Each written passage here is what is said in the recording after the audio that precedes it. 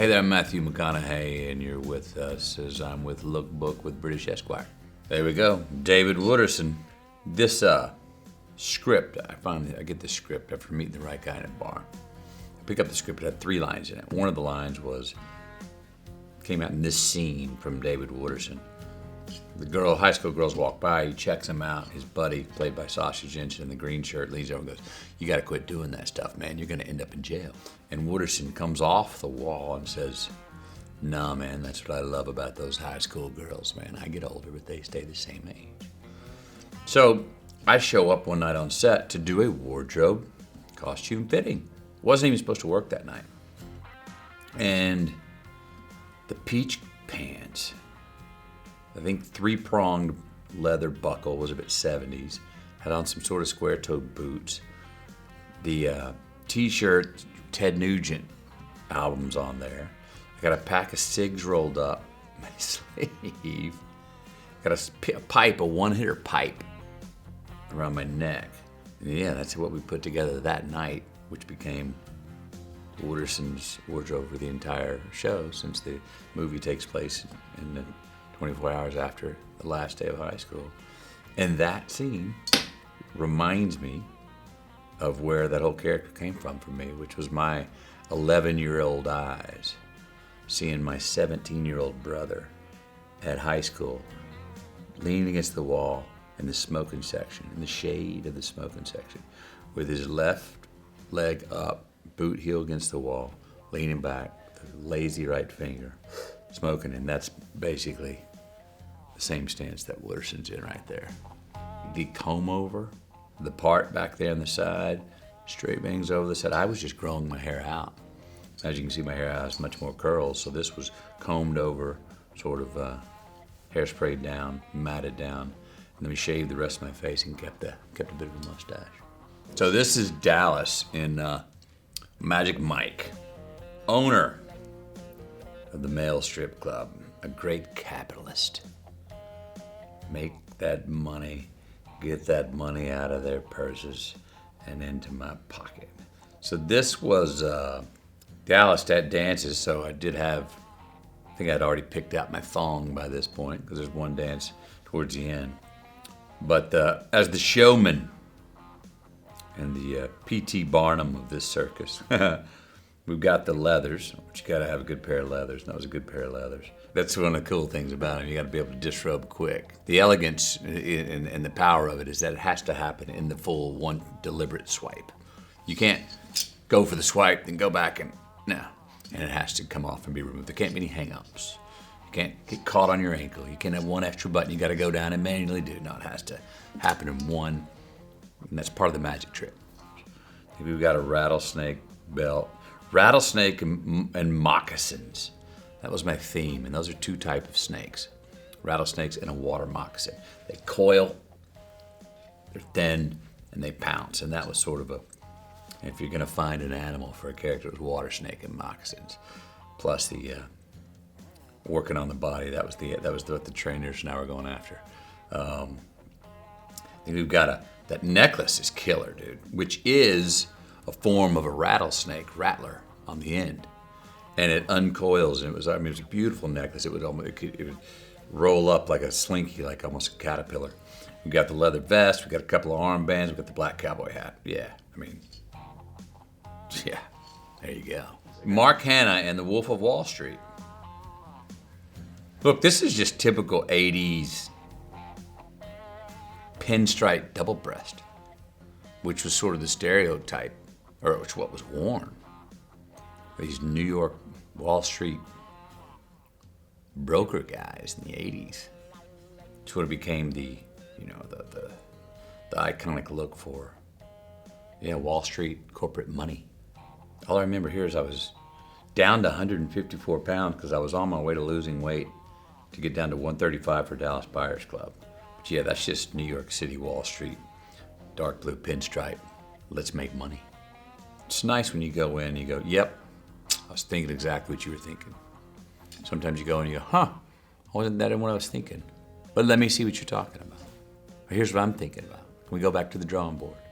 What parts of your ideas We go, oh, that's a great idea. We must take that with me. Yes, that's great. But I'm not sure about this. Those discussions help the creativity and finding the character for sure. Mud. Jeff Nichols, the director, was very clear, and the costume designer was too, that this is a guy who's living on an island, the Mississippi River. And he's got this one button-down faded yellow shirt and jeans and boots. That's it. And so it was about, okay, what's the yellow shirt, the iconic yellow shirt that's left behind? It lets you know that maybe he's moved on later in the story, in the film. What is it? What's the texture of it? What's the color of it? And I went in, and I believe she had one pair of jeans and one shirt and one pair of boots. And I put them all on. They all fit like a glove. We said, thank you very much. See you in a few months. Ron Woodruff and Dallas Buyers Club. So, short sleeve button down, sort of Western shirt like this, is one, practical for the heat, but it's also sort of purposely not as sharp as a long sleeve, even with the sleeves rolled up. It's more casual. It's more the middleman. You got the straw cowboy hat, the Ray-Bans, classic Ray-Bans. A pair of Wranglers, belt buckle, boots. The straw hat was a staple. Not a man with many, many cowboy hats. No, he had one. The brim of a hat, the curl of a cowboy hat, how much is dipped in the front, how tall it is on the face. They signify different things. This is not a working farm rancher cowboy, Ron Woodruff. The hat's not far from a working rancher, actually, but he's definitely not the boss hand. He enters a rodeo, but he's not like a PBR bull rider. He's not professional at it, but he's a gritty little redneck in there. Definitely some redneck in that hat. Not hillbilly, redneck. There's a difference. I could be wrong, but in my experience, hillbillies tend to hoard more than rednecks, meaning collect stuff and it starts to expand. Obviously, hillbillies living in places where there's not a lot of concrete, there's a lot of land, there's a lot of latitude, so they got room to slowly collect and for their ownings and belongings and their homestead to slowly just creep outward. That's my anthropology 101 on rednecks and hillbillies. Kevin McKay in The Lost Bus. This one, probably the most like Wolf of Wall Street, would be vocation specific.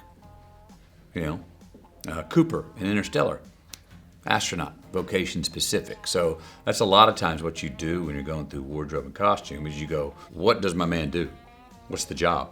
Is there a uniform? Sometimes there is. This is a bus driver's basic uniform, besides the jeans and the boots. And because it was the time of year we were shooting in with a sort of a burgundy undershirt. On top is his, I'm going to work. Name's Kevin. I'm a bus driver. To go along with the hat. And that was pretty basic because it was vocation specific. Look, I drove that bus and I did all the driving. And I must say it was quite a bit of a buzz every day to be sort of in my own amusement park ride. I got really good at driving that bus. I got the spatial sense down, meaning I got good at taking corners and missing cameras by just that far at 40 miles an hour, and the weaving and the timing. So I got quite comfortable doing that. But there was, times where I'd overshoot a mark or try to stop too late and overshoot a mark and go maybe further into the fire than was necessary or safe. And then how quickly could I get it in reverse and get the hell out of there? Again, their job, the costume designer's job, is not to go in something, if you're reality-based, their job is not to go, oh, how can I do something special? Their job is you look to what's the vocation of the character? The practicality and necessity of the uniform will then lend to whatever style that becomes. But there's not room, necessity, and it would also be false and wrong to try and manufacture something other than This is a guy, and you look at all of Paul Greengrass's films, what does he do? He first introduces the typical working day world. Nobody special. This is a utilitarian process, almost an assembly line of workers. Well, Kevin was in the assembly line of bus drivers. So that's the uniform. That's what you wear. And that was pretty easy, pretty simple. This is the premiere of The Lost Bus at the Toronto Film Festival, and this is me in my Loewe suit, double-breasted. Now, I have found it hard to pull off double-breasted in the past, but this one worked. And I thought this one worked and felt good in it. So, fitted, but not overly fitted. I've been on red carpets before where look sharp in the photo, but geez, oh man, don't toss me a tennis ball or anything, because I might go, I'm all just doozied up. So it's just perfect for a photo, but don't ask me to sit down. It's gonna rip something. No, this suit fit well, not overly man-sized everywhere, but it was very comfortable, and I was able to move in it as well. We went with a little flare down low at the bottom, at the end of the pant legs, which I like because it's a bit of a lengthening of the whole line from head to toe, and the leg line. Always want a little bit of a bookend. What I call a bookend is a touch of your shirt color popping out, because it just ties back into the shirt up here. Always want to have a little bit of that coming out of the cuff. But I really liked this double-breasted Loewe suit, and first one I've been able to pull off in, well, probably since Mark Hanna in Wolf of Wall Street. Hey, thanks for watching Look Book with British Esquire.